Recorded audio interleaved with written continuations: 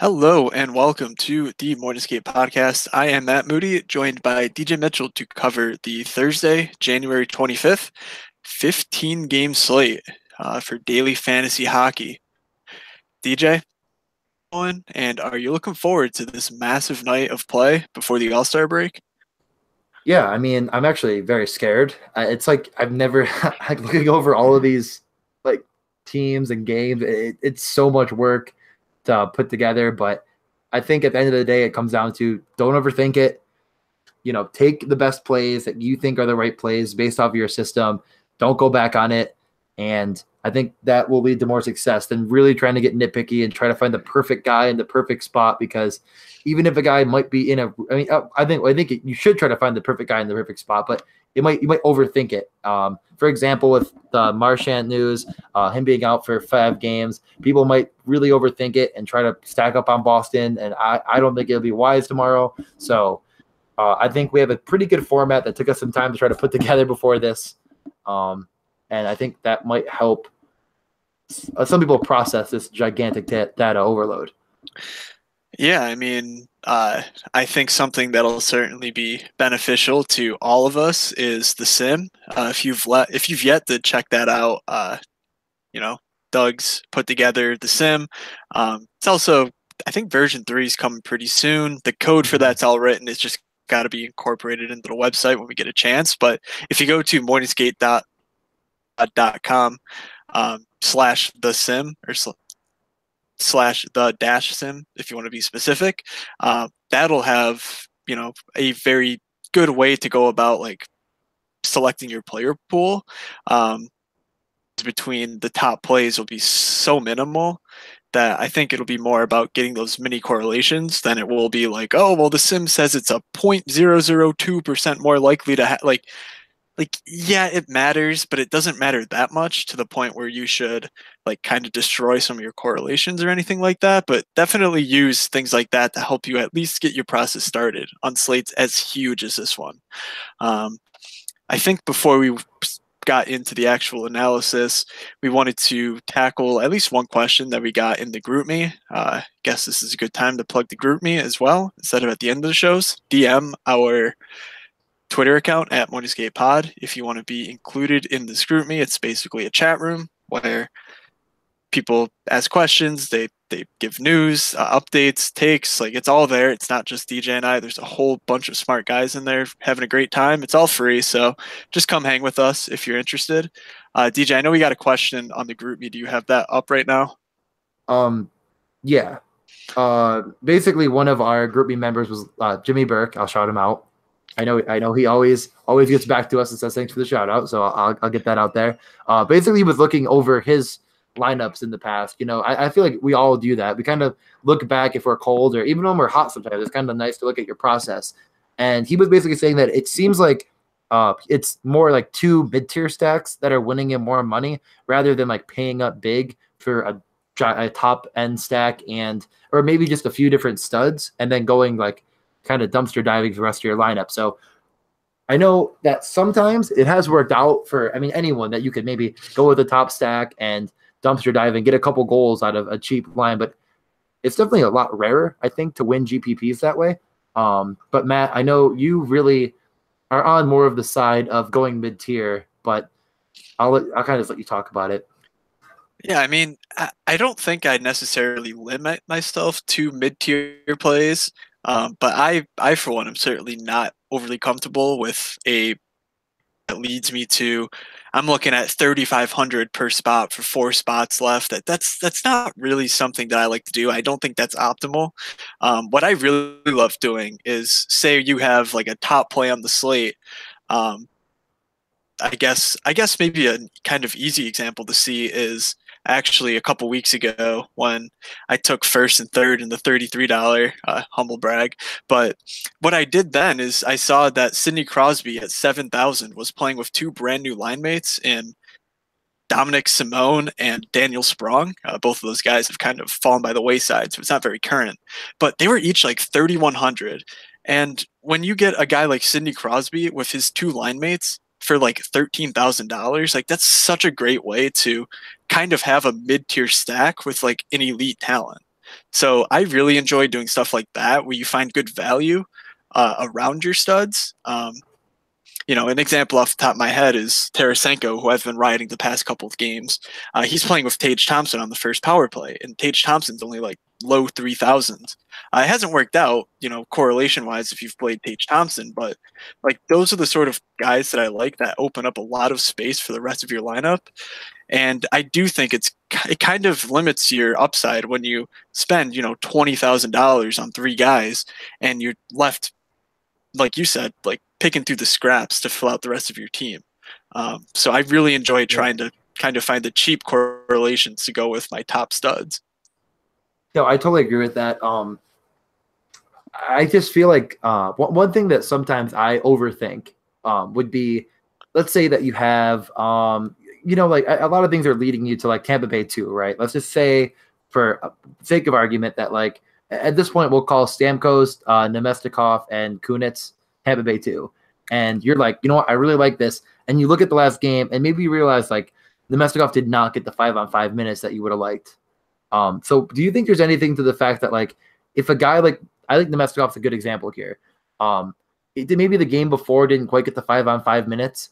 Do you think it's, too small of a sample size to go over the last couple of games and say maybe he got 14 5-on-5 minutes and be like, I don't know if this is worth it. Like he's getting the power play time, not quite the minutes you want, but wouldn't it be another way to think about it is, but if they do get hot and they do score a goal early, they're going to start riding them more. So maybe like it could change and you'll get him at a better, I don't know. Do you think that like the minute wise, because I know what you're kind of saying is like you want to get that correlation, right? With your cheap guy and your expensive stud that you like. But do you think there's anything to like if you numbers are leading you to one line? Is it worth it if they're maybe not getting the top end 5-on-5 minutes? Because Stamkos will probably right. Always. So like my initial lean when guys are kind of at the top end of where they're going to be priced, look at Nemestikov. Like currently he's around the $6,000 mark. That kind of concerns me. I think maybe the key exhibit A of this is Patrick Hornqvist in Pittsburgh. Like, he sits up there at a pretty high price tag and gets first power play time, but it's so hard to trust when he's playing 13 minutes a night, which he has done certainly in the past, playing third line time with the first power play. Recently that hasn't been as big an issue because Pittsburgh's not as deep as they once were, but I think that's kind of like in general, I am a bit skeptical to pay for mid-tier guys that aren't getting the minutes when they're cheap. And like, if the Messikov was still 3,500 or whatever without the point production, but he was on that line, like I don't mind Chris Kunitz at, 3,500 if he's playing 13 to 14 minutes. I don't love it. I probably would not do it myself unless he was on the power play. But something like that I think makes a bit more sense than having one of your mid-tier guys being a minutes risk essentially. But yeah, I think that's good discussion to kind of lead us into what we're looking at on this slate. Instead of going 15 games game by game, what we're going to do is we're going to cover 5 games kind of in depth the way we normally do. And then for the rest of the games, we'll just go rapid fire. So before we go game by game, let me just read off the games so that we have an idea of what the slate looks like. So unless you have any objections, here we go into the Thursday slate. Leading off, we have Nashville at New Jersey.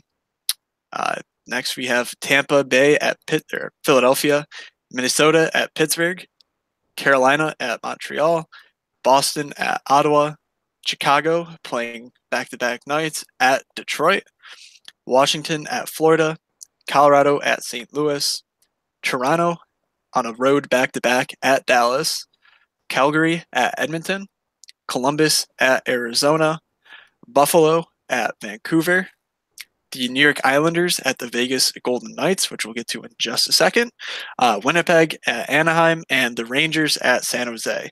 So immediately looking at Vegas, the game that just leaps off the page, comes screaming towards you, running away from the computer screen, is Vegas versus the New York Islanders.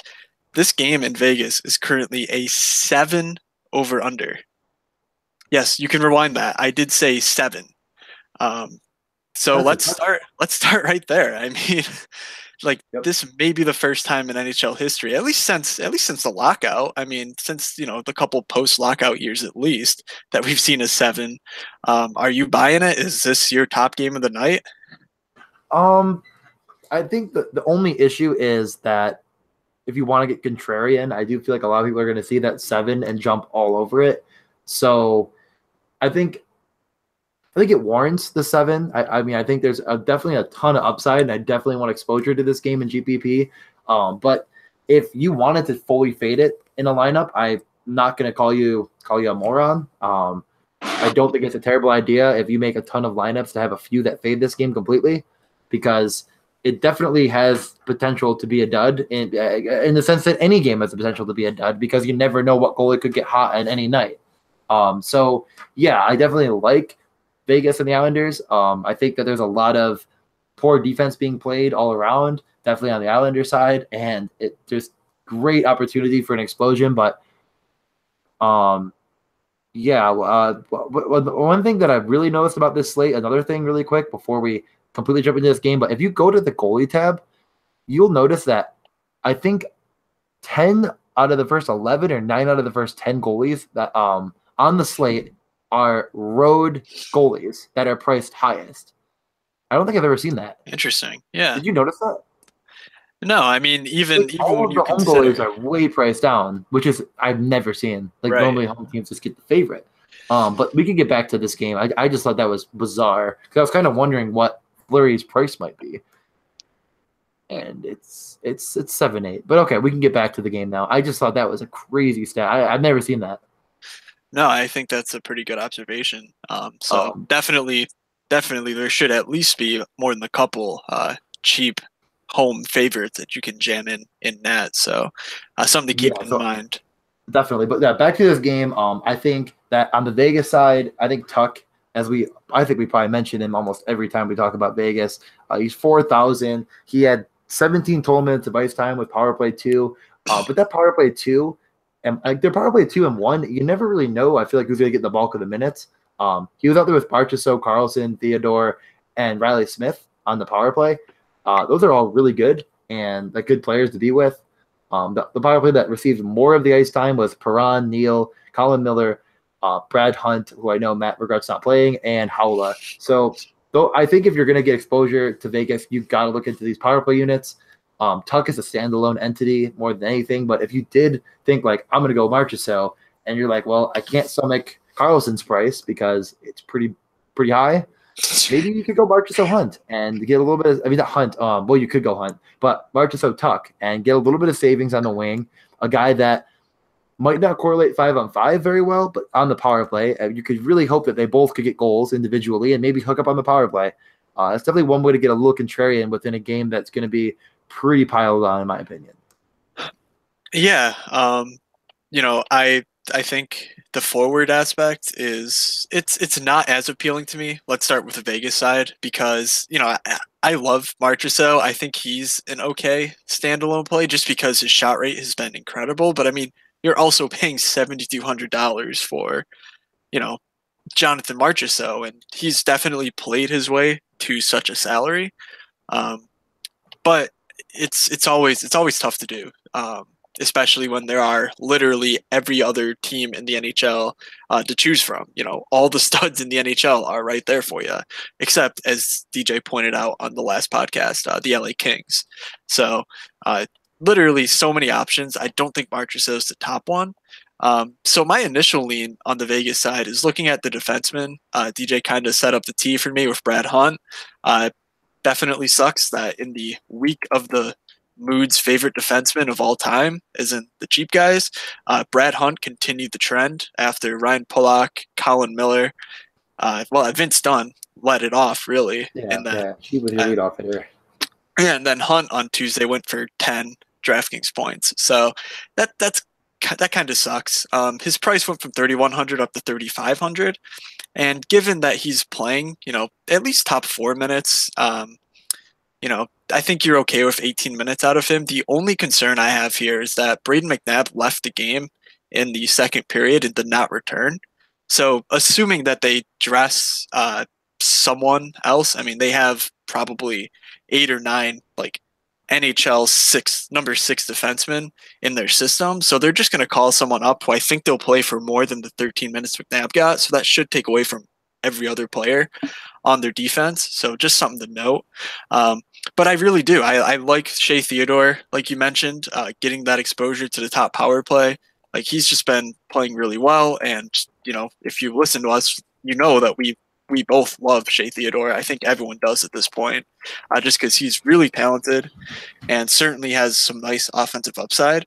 And then Colin Miller at 4,400 is a little bit pricey for my liking.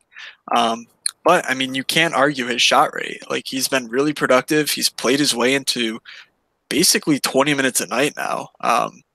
So those are my favorite plays here. I do like Tuck. I like Marchessault, and I don't mind stacking the forwards, but I think like if I were to pick one player from this game, it would be one of the defensemen. So anything else to say before we go to the Islanders side? And yes, this will be the only game that we're talking like this about because there are so many games to get to. No, I know. I think we get to the Islanders. I mean, the one guy that has skyrocketed in price is Anthony Beauvillier. That's how you say that name, correct? Yep. I know we went over this so many times. He has been absolutely red hot as of late. A lot of his points coming with goals in 2 straight 2-goal games, 9 total shots on goal in those 2 games. So he's red hot. He's now at the price of 4,500, playing alongside Barzal and Eberle. I think he's I don't know. I kind of like the play okay, but I don't think it might end up being pretty chalky in my opinion. But what do you think about the Islanders outside of line one? Is there anyone that we should talk about outside of their first line? Not really. I mean, it's really tough to play Barzal at 6,500. Like he is super talented, and it is fun to get exposure to him through Beauvillier. But like you said, he might be pretty considerably owned, like one of the higher owned players. I don't think, Yeah, well, I don't think he'll be on this big of a 20% or slate. anything. But yeah, Yeah, on this slate. If it was a 2-game slate, he'd be like really highly owned. But on a 15-game slate, it's like who knows? Yeah, and I mean, we all know by now, like Vegas just runs teams over at home, so that's another kind of reason for concern there. So really, there's not a whole lot that I like. I do like the first line for the Islanders. So they've been kind of cold. So you might see a little bit depressed ownership. Their prices have crept downwards, I guess. 6,200 for Anders Lee, 7,300 for Tavares, and Bailey is 6,400. So they're kind of in the range of where I don't feel comfortable spending $20,000 on a line. But if there is a value line that you like out there, I think you're more than reasonable to target like this full stack. Mm-hmm. Yeah, I lost you for a second there. I hope I don't know if you noticed or not, but I am back. I think I don't think I didn't throw anything to you. So good. I did want to point out that Nick Leddy is 5,100. I think that's a pretty good play. He had 6 shots on goal last game. He plays 24, 25 minutes a night for this team. He's not necessarily a cash play, but I think in GPPs he's capable of multi-point nights. He's another guy who's kind of cold lately. So if I were to play the Islanders, I think I would just stick to this first line, first power play combination. Yeah, I agree with that. Do you want to move on to our next game? The next game on our list, I think, was Tampa Philly, right? Yeah, I mean, we can go in whatever order. We just picked top 5 games. So why don't we go to Tampa Philly? Do you want to start with the away team again? No, we started the home team last time. What do you want to do? Philly at home? Yeah, I mean, Philly at home. I think a guy you'd kind of be crazy to not consider is Travis Konechny in any format. Yeah, he's up at 4,300 now. He was mid-3s just a week or 2 ago, but he's played his way into that first line role. He's played so well, even that he's gotten 17 minutes in last game. That hasn't been happening for Konechny. So you're getting a guy who's a solid rate shooter. He's super skilled. He's playing alongside Couturier and Drew at 5-on-5 with power play 2 time. and he's earning a regular shift with that first line, which I think really is the difference between him being an okay play and him being like a really good play for the price. So I really do like Travis Konechny. Giroux's been a little bit priced down. He's below 6,000 now. I wouldn't be comfortable with that in cash games, but you know, he has 56 points in 48 games. Like, you can't really argue that he is really talented and capable of upside. Um, are you interested in a guy like Voracek or the defenseman at all for Philly? Definitely yes to Voracek, and definitely yes to Gostisbehere. Gostisbehere's been absolutely red hot. I think 5,200 is not even, like red hot, and I think in more of the like iCourse numbers. He's pretty. I think he's a safe cash play, and he has huge upside in GPP with sacking him with guys like Voracek. I mean, you're not going to get the exposure on power play one with Konechny. Yes, Konechny. Yes. But I still think it's fine. And he actually did correlate with that power play too at one time. I think that he's kind of the power play quarterback. And if he wants to stay out there, kind of like Ovechkin, he can to some extent. So I think if you were going to look to go with Philly's power play, you'd be foolish not to put Gostisbehere in with that. Yeah, I'm all about the Gostisbehere train. And I'm trying to think if there's anyone else. Why did I feel like there's one other guy? I think that's pretty much. I don't think I'll play Couturier. Yeah, well, I mean, the great thing about Gostisbehere right now is that Gostisbehere has been paired with Provorov. I mean, Provorov was playing with McDonald before, but now playing with Gostisbehere, I mean, like Gostisbehere kind of has those locked-in minutes they didn't have before. I did see Gostisbehere killing penalties the other week, or maybe last weekend. I was watching them, and he was killing penalties, and they were praising how well he was doing. Doesn't seem like that held up into their last game. Maybe there's an injury or something, or someone new into the lineup that changed that. But even still, like, he is really getting like over 20 minutes a night now. And I think that'll continue so long as he and Provorov stay together. So I think that's an even bigger bump to Gostisbehere's overall value. So I really like that call. Tampa side. I was gonna say I don't even think it's like the most egregious thing to pair him with Provorov in a lineup, but I don't know if I would feel comfortable with a 15-game slate going with two defensemen on the same team. Just feels like you're limiting yourself in GPP format. But yeah, I mean, you would think that unit will go out against the high-paced Tampa top six. So there certainly could be enough block shots to go around. So. Oh yeah, no, I totally agree with that. I think they're very, very good players. But okay, let's go to Tampa. It does kind of feel like the usual suspects, but with injuries, I know Palat is definitely out, right? Yes, I know he was out. Yes, he's out. So Palat is out. Hedman's out. Sergachev, I think he'll play.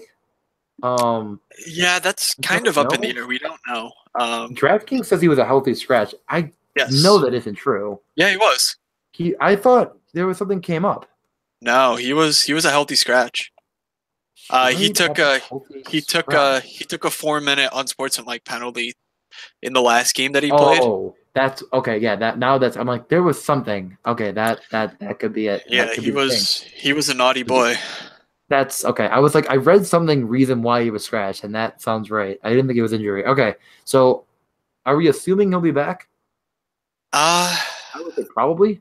I mean, I don't know. I mean, you would think so, but I don't think you can guarantee that. Like, I wouldn't be comfortable saying right now that, like, even if he does come back, that he would play that, with that unit, that first power play unit, obviously, which I think you were going to get at.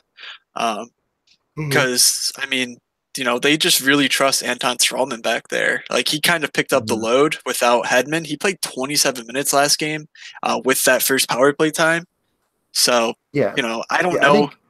I can't say for sure what will happen there, but I'm certainly not that interested in any of the Tampa defensemen. Yeah, I agree. I feel like Stralman is like maybe viable in cash, but I feel like you could get those Vegas defensemen we talked about that are probably higher upside for sure. Just Stralman is not a DFS build as far as how he plays, but he'll block shots, and he's not immune to shooting the puck. Like, he's not against it. Like his allergies don't act up when he shoots it. So, like, it could happen. Like, he could have a good game, and like, Obviously, if he's out there for 27 minutes, assists can happen, but I don't think you're looking at a 10 spot from a guy like that. You're looking at best maybe obviously like it could happen. Who knows? But I think you're hoping for him to get like 4 or 5 in cash. So keep him in mind for cash. Yeah. GPP, I think it's a bit of a fade. But yeah, that first power play unit is what you want to get. I mean, they get the big minutes, and I think you could really do whatever you want here with the point, Kucherov, Johnson, Stamkos, Nemestikov, but I think Johnson Kucherov is what I'm leaning towards. I know last game the Tampa 2 is the one that went off and could have ended up really helping you in GPP, but I'm leaning towards Johnson Kucherov. It's pretty expensive, but Matt, I'll just kind of send it to you. What do you think about this? I can't believe Johnson isn't he like a center? Points center there. Yeah, but he has a lot of faceoffs. Oh, I see. Like who's centering that line? am I losing it? All right, whatever. I'll just let you talk. Yeah, I mean, their power Johnson was on the first power play for some of it. I don't know. Their power play was they were trying to tie the game late. I think they had the goalie pulled. I believe that's what happened. I could be wrong, but they might have just run the. Yeah, I mean. No, they were trying to tie the game. So John Cooper was like, let's just throw our 5 best guys on the ice because, like, I think he trusts Johnson enough to not be like an idiot playing the point, and they ran a 5-forward power play unit. Like, I think that's actually what happened. All right, fair enough. So maybe Johnson is on that first power play unit. I mean, then again, I do think he'll mix in. I don't know. We'll see. So what do you think? Are you more like? I am certainly more. If I'm playing Kucherov, I'm stacking with Braden Point for sure. NHL All-Star Braden Point, might I add. But like anything else about Braden Point that you like? I mean, he's just a lovely human being. He has a cat as his background on his Twitter profile, so like I fell in love day one, and here he is repping his team in Tampa at the All-Star game. So just shout out to my boy. But no, for real, he's like been really good lately. Yeah, he's pretty good. Past 10 games, he's averaging over a block shot per game and 3 shots per game. Like he's playing on the first power play, first line with Kucherov. Like I think 6,000 is a fair price for him. And like, yeah, you may not have heard of Braden Point before, but if you look at his overall profile, I think he's a really good match for this slate, for this matchup, playing with Kucherov in GPPs. All right, let's move on from this game. Yeah, let's move on. Next up, let's go Washington at Florida. Yes. I mean, Washington has had some really poor underlying numbers as of late, so you'll never hear me say don't play Ovi. Ovi is by $500 the most expensive player on this slate, which is kind of crazy when you consider the entire league's in action. But I'm never going to say Ovechkin is a bad play. But I think he's certainly just a one-off play, and you're hoping that Backstrom feeds him for a one-timer goal, Carlson feeds him for a one-timer goal, and if he gets the hat trick, that someone else kicks the puck to him or something, and he gets an unassisted goal or something. Like I don't think you can trust any of his teammates to match their sky-high salaries at this point. But I think the Florida side's more interesting here. So do you want to cover that or any other Washington news that you wanted to share? I mean, if you haven't been checking the lineups, the last game, was it only the last game? It may not have been, but Ovechkin was back with Kuznetsov and Backstrom was with Oshie and Burakovsky. So just keep that in mind when making stacks. I retweeted their morning skate from today. That would be yesterday when you're listening to this. So just keep that in mind. I don't know because they played the early Sunday game before the playoff games. So I don't know if that was the first game they did that and if people would have seen it or not. But Burakovsky got huge minutes. Well, not huge, but 16 minutes. Power play 2, yes.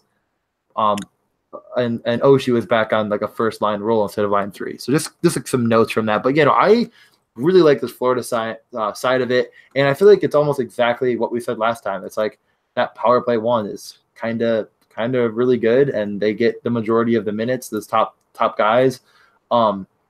I do think if you look at their last game, it isn't good. Obviously, on 5-on-5, they got absolutely beaten down. They lost 6-1.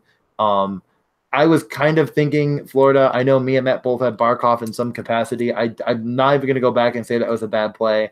I don't think it was bad as far as our system, but I'm going to go right back to the well with Barkov. I'm going to go with him and definitely considering going with him and Dadonov again. Who is the other guy? Maybe Huberdeau, and then Trocheck is always on my peripherals. As far as defensemen, I think Ekblad and Yandel are both fine, but Yandel correlates better on the power play. Yeah, I'm not a big fan of Huberdeau, to be honest. I think he's just a bit overpriced for what he does from a daily fantasy standpoint, especially now that Barkov has taken over as the main shot driver here. I do really, kind of along the lines of what I was saying. Yeah, Barkov's kind of expensive. Like, he's definitely up in that upper tier. But his direct stacking mates, not including Huberdeau, are like Evgeny Dadonov, who plays with him at 5-on-5 and the power play for 5,100. I think that's a really, really good price. And then Keith Yandel is always a guy, he's not necessarily high upside or anything, or high floor, but he has just as much upside as anyone priced around him. So I think if you're playing Barkov, stacking him with Dadonov, Yandel could be a really nice way to, save a bit of money per annum, essentially, or per player. Why did I say per year? I don't know. Per player. Sure, and, get yourself a nice high upside team and a really good home matchup, in my opinion. Mm-hmm.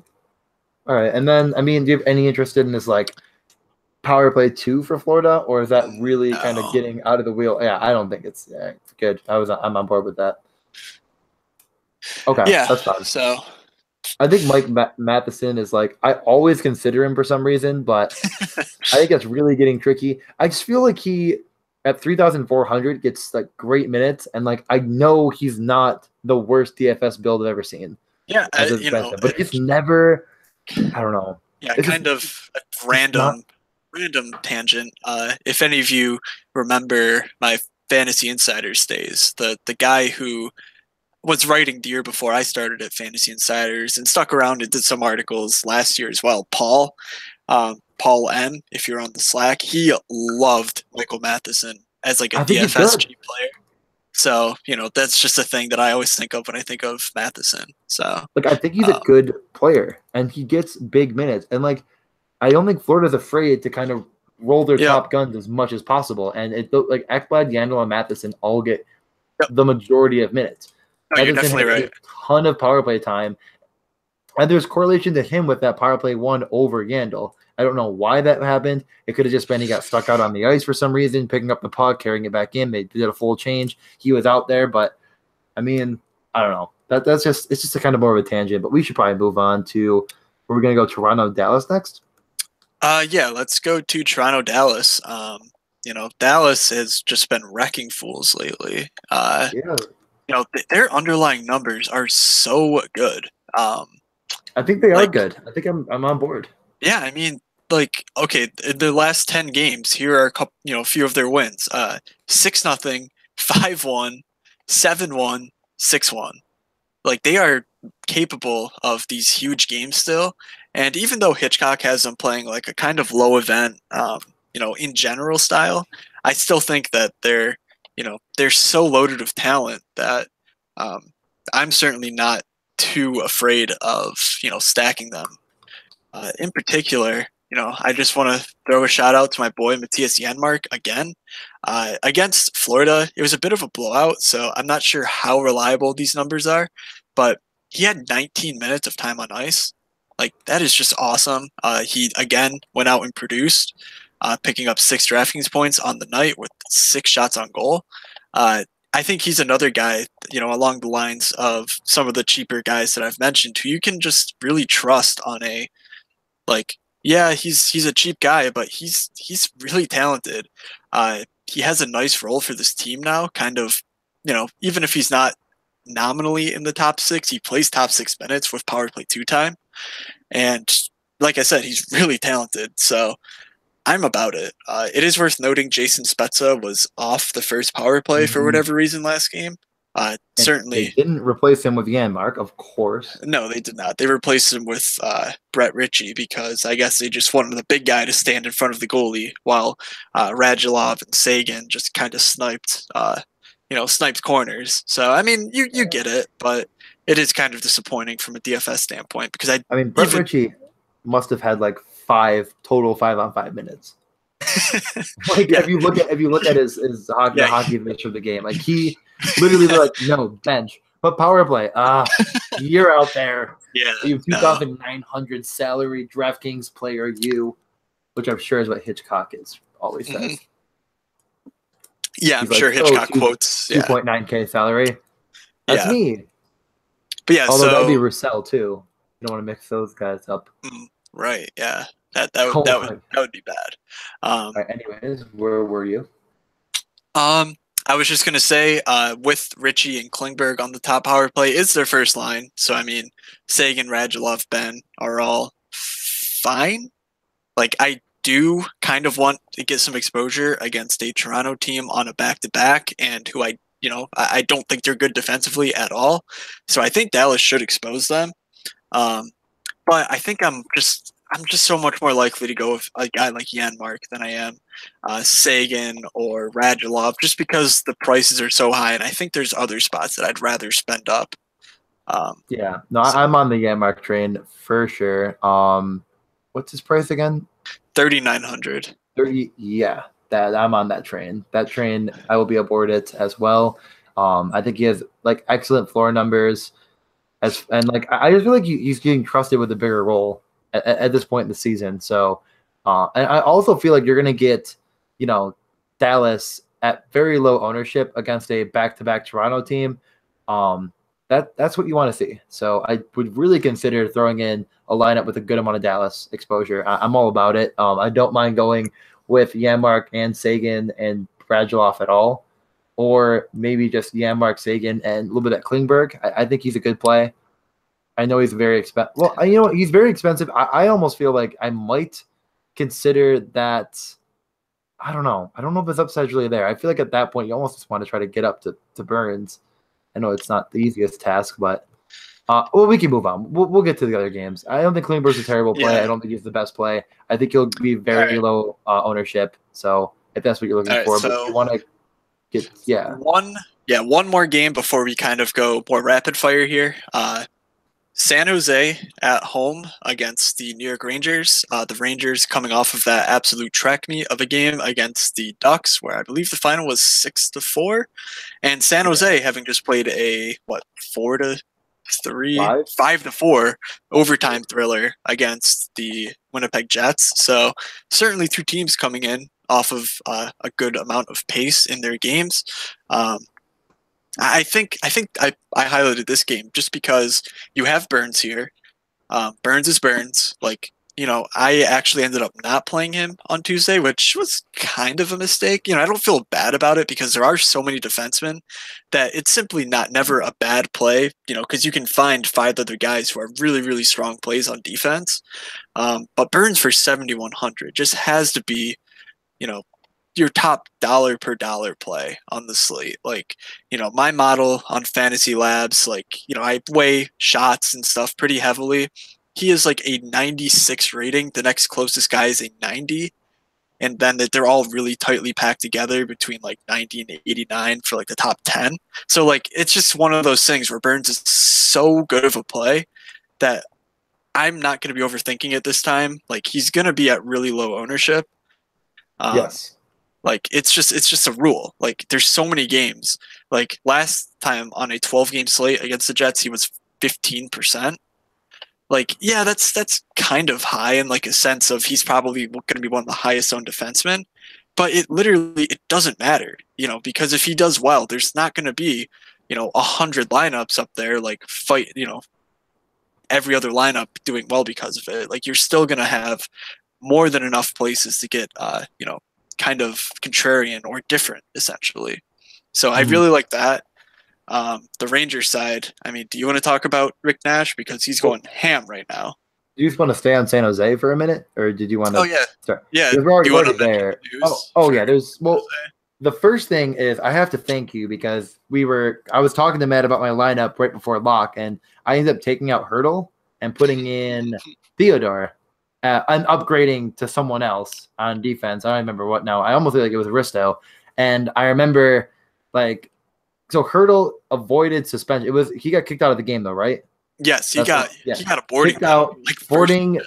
Yeah, like he had 3 minutes. He had a boarding penalty against Kulikov. He's not suspended, so he should be back. Yeah. That put Timo Meyer on the first power play. Okay, so maybe that doesn't greatest hold. Thing ever. Well, or it does. The second bit of news. Yep, but the second bit of news, which I was going to get to, is Joe Thornton is out for the foreseeable future with an MCL. Jesus Christ.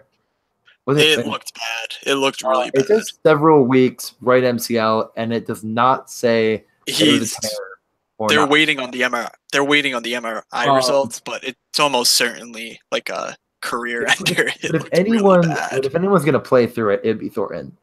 Be a guy who literally played through a torn ACL, MCL last year. So that is what it's I mean, it's possible, but definitely no time soon. Tomorrow, he's not gonna play tomorrow. So Timo Meyer could be on that first power play still. He was out there with Couture. He played some with Pavelski. I mean, their lineup was a mess because of those, as we mentioned, Hurdle and Thornton coming out. I would not be opposed to this.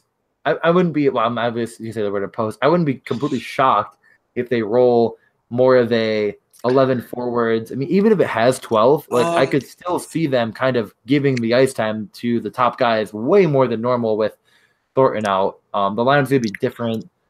They might be morning skate. So I think Timo Meyer, Yeah, I agree. I think what they're going to do is at the beginning of this year, they were using Hurdle as a third line center. So I do think that, Hurdle's going to play. I think Couture will be their first center, and then be Joe Pavelski or Hurdle, like centering that top 6 line. Do not see Timo Meyer falling off the top 6 either way. So I'm hopeful that they use Hurdle kind of as a Thornton on the power play, as a guy who kind of sits on the half wall and controls the puck, because I think he does have the talent to do that. And I do, stays up on that first power play, but I don't think you can guarantee that. But I think it's either Meyer or Kevin Labanc who goes up to that first unit now. So fingers crossed it's Timo Meyer, because that would be amazing. Yes, but definitely something to keep an eye on to see if we get news. I guess the conclusion from this is Burns, yes, Meyer, yes, Pavelski, yes, Couture also in the mix. But I'm not. I think he's there, but I don't know. I mean, you can't probably. I don't think I'd suggest doing all of it, but yeah, right. Those are the guys. It's not brain surgery at this point. There could be a guy that sneaks in as a value, but I'm not going to get too cute with this. I mean, their second power play is going to be a lot of scrubs. And last time, when they played Winnipeg, Tierney was on it. He scored a power play goal, but I'm not falling into it. Like, that first unit will get the majority of the minutes, et cetera, et cetera. That's a one-off in my book. So, let's move on to the Rangers. All right, I mean, I'm not as interested in this Ranger side here, but I do think there is some merit to them, especially the Rick Nash is just gone completely off the rails, just shooting the puck from everywhere, playing playing an incredible DFS style of hockey. Just looking at his past X amount of games, he has 7 shots, 3 shots, 3 shots, 1 shot, 7 shots again. And he has he has as much upside as anyone here. And so I think for 5,800, Rick Nash makes sense. First power play, first line, playing with Buchnevich and Mika Zibanejad. So, Buchnevich has a really nice price still. Mika's not an amazing value by any means, but combine that with the fact that Ryan McDonagh has kind of taken over as the main horse again with Kevin Shattenkirk on the shelf. McDonough's playing a ton of minutes and first power play time. So I think there is a lot of merit to running a McDonagh Nash stack and then Zibanejad kind of is like a secondary, large field tournaments only type of play. But 5,800 for Zibanejad, I think, is a pretty good. Yeah. You're kind of buying low on a guy who, he was 7,000 just a few weeks ago. So, No, I totally agree. I think the Zibanejad Nash stack is definitely in play. all right, I don't. Yeah, Oh. but we can move on. I don't think there's like anything else to mention other than what you just said. I think All we're right, good. so we're going to go rapid fire through the 10 games that we did not mention. I'm going to set a stopwatch right now. Let's say, that's fine. how long do you think we've been going for? Like 35, 40 minutes? 40, yeah, in that range. Why don't we go like 3 apiece?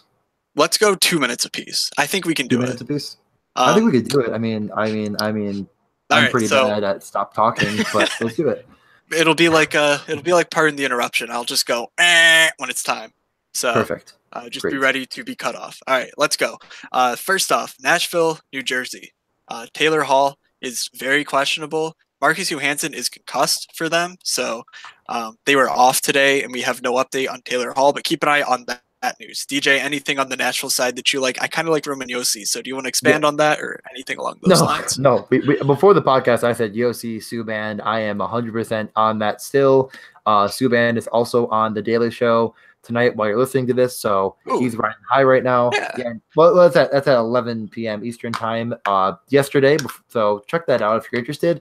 Other than that, on the forwards, I'm pretty much not that interested in any of them. I guess I don't mind Fiala or Smith, but leaning towards Fiala a little bit. But I probably won't have any of it. To be honest, this game is pretty much a fade for me as far as my. Yeah, it would be nice if Nashville concentrated their usage a bit more with the forwards, but I think you were right. I'm more on the Josi, maybe Subban, but I think Josi is gonna just go completely bonkers soon. I know I said that last time out, but he went for 5.5, which is pretty good. Not gonna pat myself in the back too much or anything, but I do think he is kind of in line for one of those Brent Burns type games in the near future. So keep an eye on the Taylor Hall news, and if he's out, no interest in New Jersey.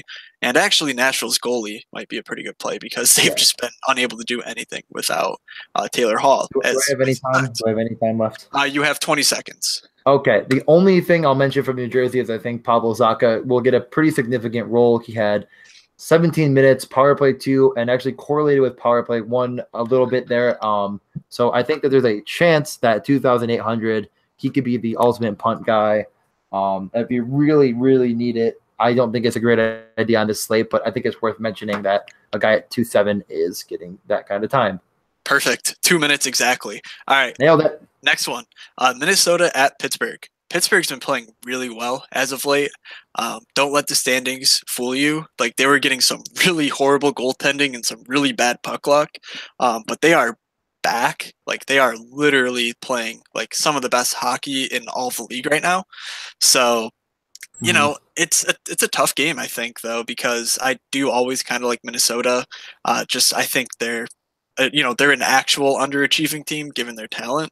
So are there any plays here that you like? Minnesota, Pittsburgh, anything?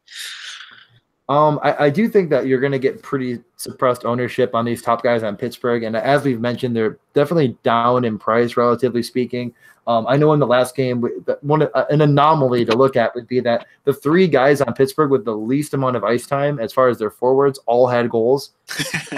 So that's not going to happen again. I feel like people that could have played Pittsburgh on the last slate and got burned might be off of them, on top of the fact that Minnesota is a tough team to play against. So I think if you're trying to get contrarian, I'm not totally against going with Malkin and Hornqvist. It's obviously very expensive and not like a thing I'd suggest highly, but if you want to get contrarian, I think that those guys can explode on any given night. So I don't hate it. Gun to your head, Malkin or Crosby?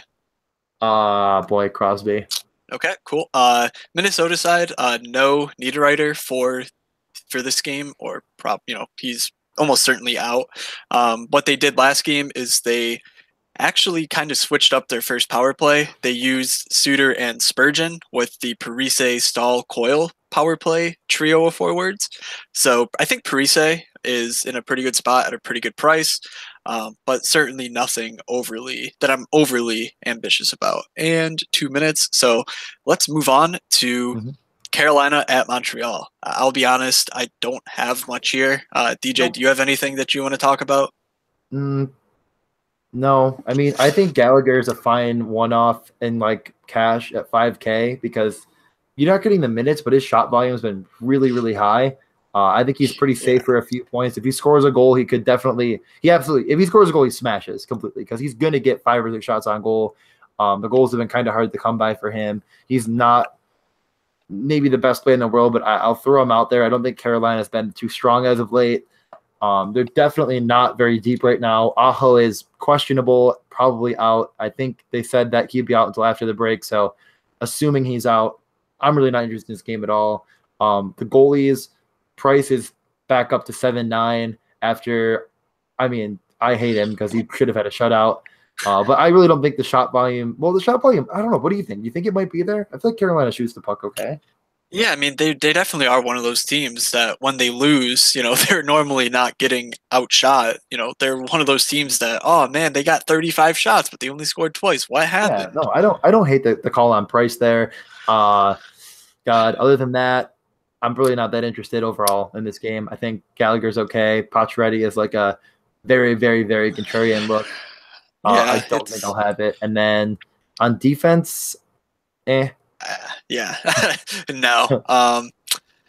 Yeah, I mean, Hannafin's a super punt if you want it. Both teams have kind of been rolling 4 lines as of late, so not well. I guess Carolina really hasn't, but again, I think it's just really tough to trust Carolina on a 15 game slate. Good God.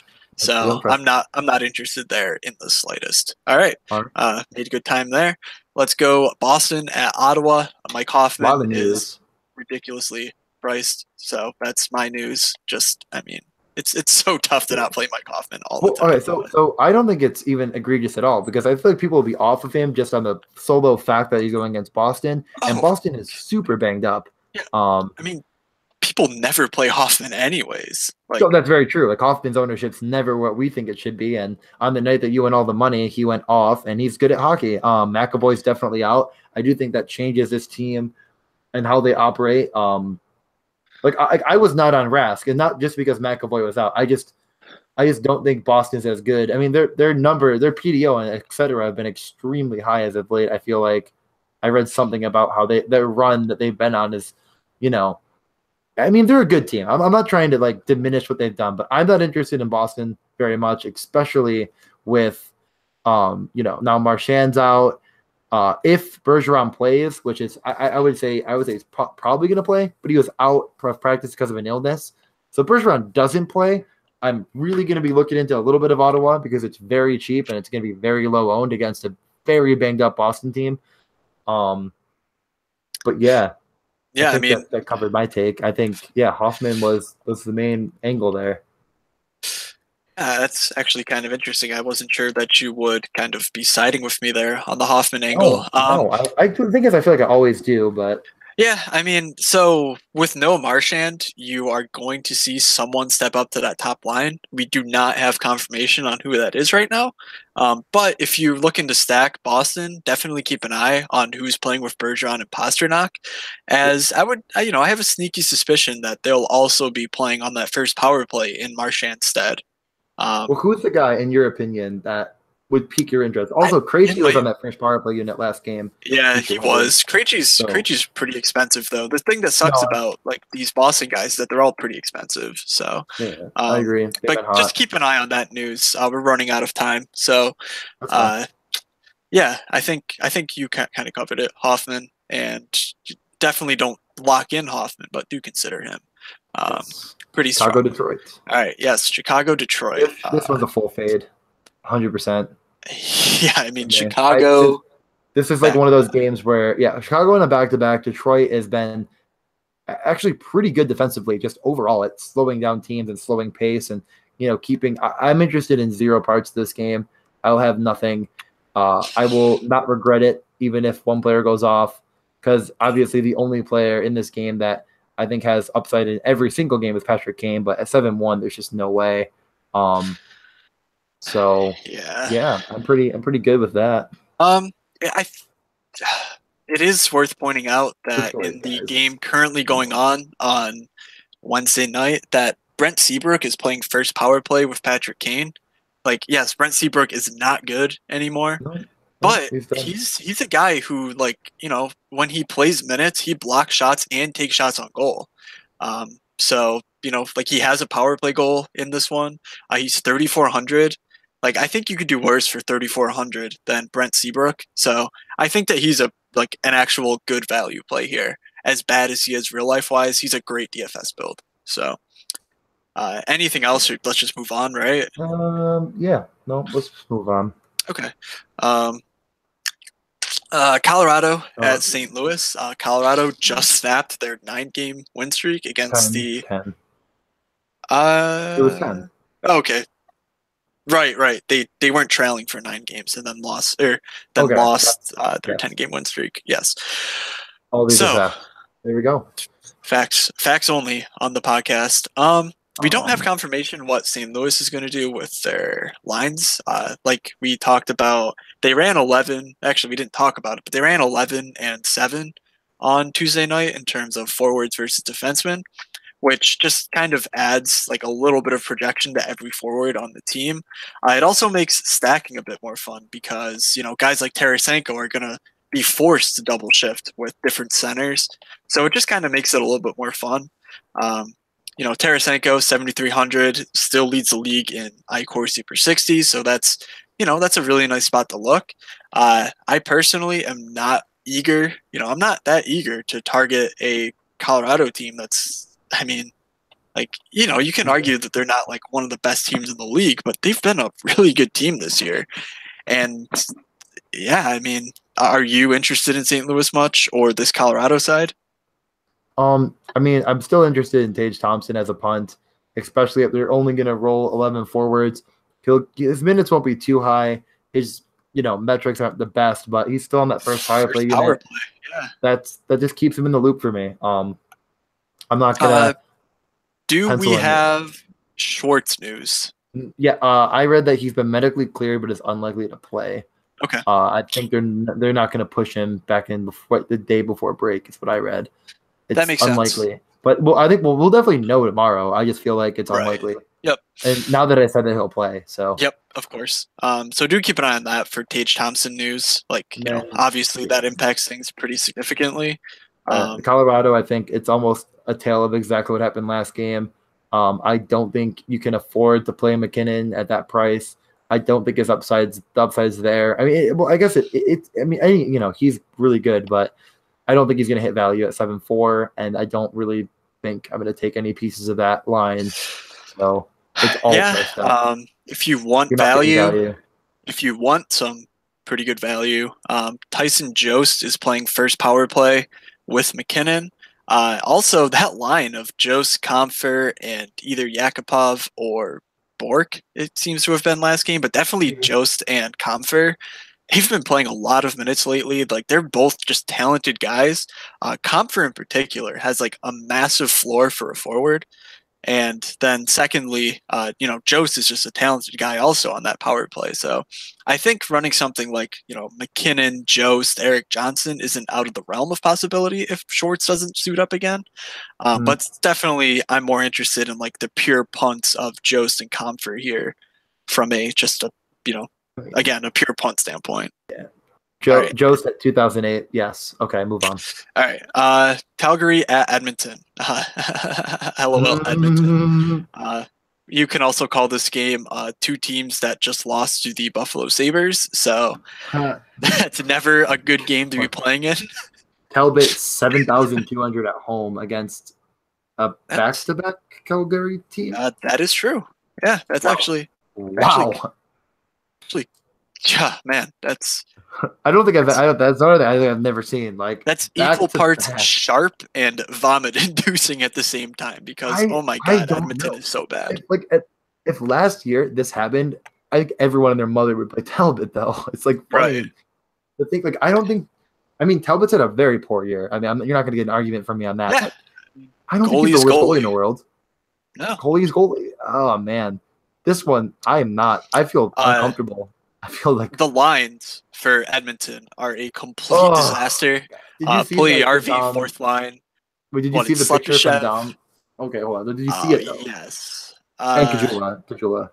McDavid, Slepchev, and Kajula. Yeah. Was it the one where David Staples was like, I actually thought about why they traded Hall for Larson? No, I did see that. No, there was a picture of. All right, hold on. Let me just find it really quick. I know someone just liked it. Yeah. So it was like a picture of like Bugs Bunny, but it had a McDavid face over Bugs Bunny, and then there was a guy pouring cement over his feet, and it had McClellan, the coach, like holding the cement bag, pouring it over his feet, and then like the next image was like the lines. Because Oh, they're yes, just yes, like yes. putting, I did see yeah. that. Oh my Amazing. god, I was dying. Like it's really bad. All right. But yeah, That's really all I wanted to say. Yeah, me too. I think we Just covered this game by not covering it. I'm not going to play total it. fade. Yeah. Okay, Next, so expect a 9-goal affair here. All right, Columbus it at is. Arizona. Columbus is pretty suppressed in price, though. I mean, like, Why are they playing so poorly? oh boy, the eternal question. I don't know. Sure. I mean, except when they had that 16-game win streak, but other than that, no, I don't mind a little bit of Columbus action at all. I'm not that interested in Arizona. I'm not that interested in this game, but I do feel like you're getting Columbus guys that, in some respect, are getting like a bigger role, because of the injuries that they face right now. Like Anderson and Panarin both had 20+ minutes, but Anderson got demoted from the first power play, so Yeah. yuck. But Panarin with one of those defensemen, I think, is a absolutely fine play. Those defensemen obviously being Werenski and Jones. I don't know if I'd really. I mean, I love Werenski. I kind of lean towards Jones though. Yeah, I don't. I'm probably not going to play either of those two, but They're I don't hate the reasoning. It'll be very tough to get one of those in with Burns, and I think you need Burns. So, yeah.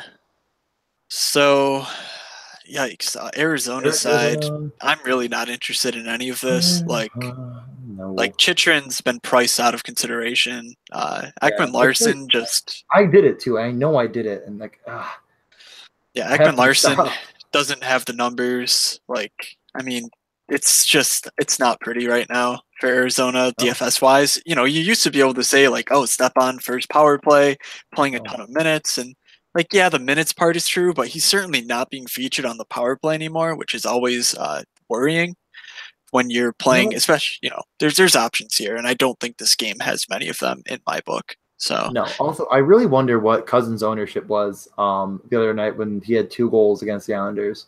It must have been sub 1%. Right. Oh man, could you imagine like accidentally picking him, like no, and then like he does the goal thing? Okay, but, out of time. Okay, Buffalo at Vancouver. Okay, fine. Next, Eichel. Hi, Eichel. And yeah, no, I think you just kind of want to jam in that Eichel. I mean, Besser is good. Kane is really cheap, and I think Kane's just trying not to do anything because he wants to get traded. So, like he died. No, I don't hate Kane. I'm just kidding. He's actually, if you want the narrative, he's from Vancouver. Ooh. Or that area. If you're feeling a little frivolous with and Buffalo is the best team in the NHL as of the past 2 games. So. Yep, undefeated in their last 2 games. So I mean, if you're looking at it as that standpoint, wait a minute, did Kane not? He didn't get any power play time. What is this? No, what? So no. So what they did is they were literally winning by so much they were playing Jordan Nolan on the power play. Oh my god, they did. Yeah, that's what you're seeing. So like that first power play was so high. I regret not watching. I had a lot of homework. Okay, yeah. You see there's 3 power play goals from the Sabres. So it was 5-0. And when they took a power play, they were just like, we're not putting these guys back out there again. I was pissed because I had Eichel. He was at 11.5, and they were just playing Jordan Nolan, just like giving me the middle finger. But our least favorite player. Anyways, that was fun. Okay, Evander Kane is like very GPP. Contrarian type of take. At 5'6", though, you could do a lot worse than a guy with that kind of shot rate over the longer course than the small sample size of late. Playing the narrative. Vancouver. Sure. Is there anything you wanted to say? Alex Edler is above 6,000. Edler. That was it. Crazy. Edler has 74 shots plus blocks over the last 10 games. Like, you can't play him for 6.1, but just you got to respect it. He has been a monster for them. 17 points on the year. Time. And he's just, time. Okay, good. All right, last game that we're going to cover, Winnipeg at Anaheim. You know, Adam Henrique just continues to impress for Anaheim. Like, I mean, like he's doing it all now. He's killing penalties. He's playing first power play. He's playing a very significant role for this team. He's not a bad shooter. 4.3 for him at center seems like an absolute steal. Like, am I wrong? I mean, no, you're not wrong. I think a lot of people that listen to this might find themselves at a spot in their utility at like 4.3. And if you do, like, Henrique's your guy. Like, you jam him in. Yeah, I mean, I'm a bit wary to play 3 centers. Like, no, me too. But I feel like it's going to be very contrarian to play 3 centers, and like he has very. Yeah, I mean, if you look at that range, like I think that at that price you're getting a very, very good value, and like that's what should drive you more. If there's stacks that you love and they include a center, then like I don't think it's a bad play. Yeah, I mean, I think you're fine with him as one of your 2 centers as well. Like, I don't think that's like. He's really strong. He was 2.5% last slate, so expect similar ownership to that. Like, Winnipeg's not a good matchup, so I'm not that interested in like stacking Anaheim or anything. But Henrique's role, usage, talent, price just all make sense. So I really do like that play. Anything else? Winnipeg's kind of been like annoying, I would say. Like, it just doesn't seem like the big guys are doing much for them lately. Like, Wheeler's not been, he's not been incredible. Some of that just could be because he has a really low shooting percentage, so I'm just kind of a bit miffed by that. But, certainly expensive guys, some upside. But can I mention one thing that I'm noticing from their game? It kind of looks like Roslovic was with Wheeler and Laine for a while. Oh, yeah, that's interesting. What happened to Connor? I don't. Did Connor die? I don't know. That's actually an interesting thing to keep an eye on. So, 3,100 for Jack Roslovic.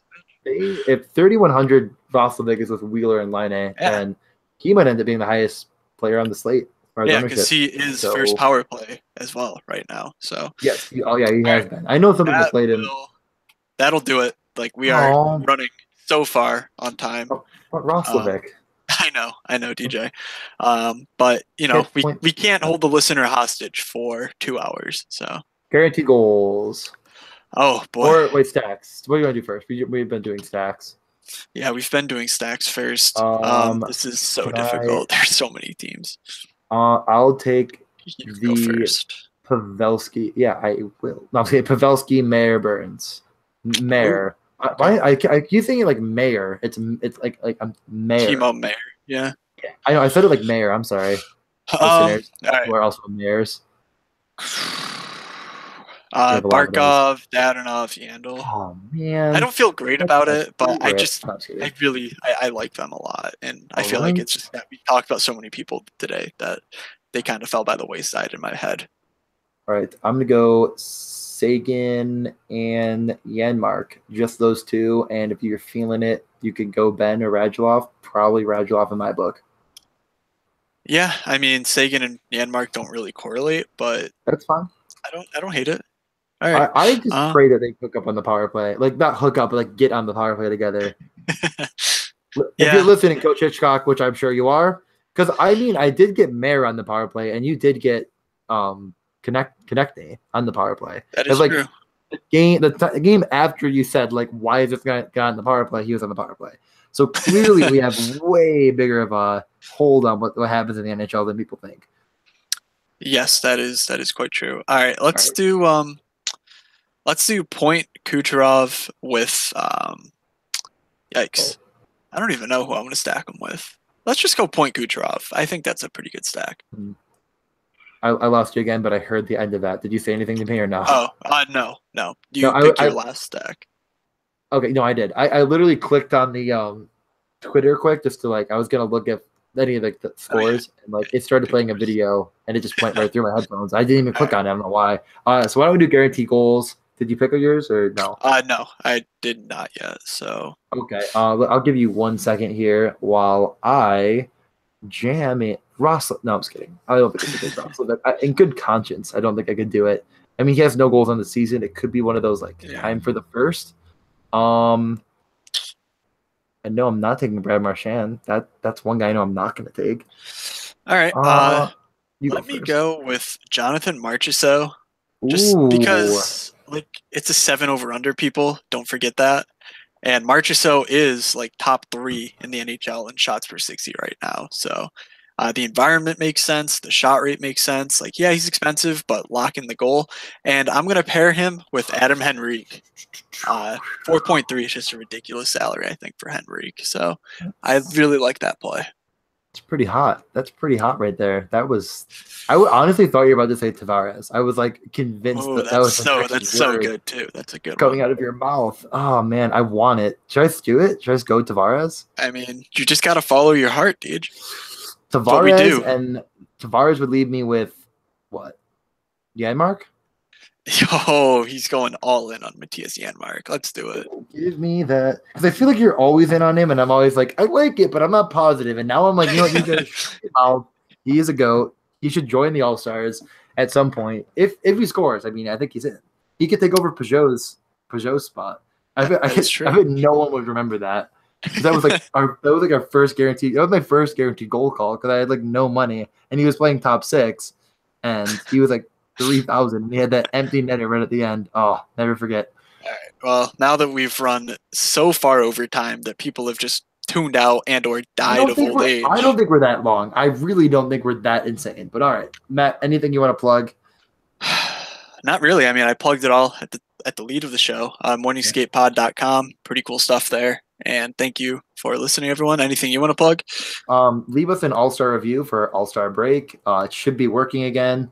And I will be reading them all off at our first podcast after break. Cool. And singing if need be. Okay. So for Doug, for DJ, and for myself, have your slate, everybody. And we will see ya.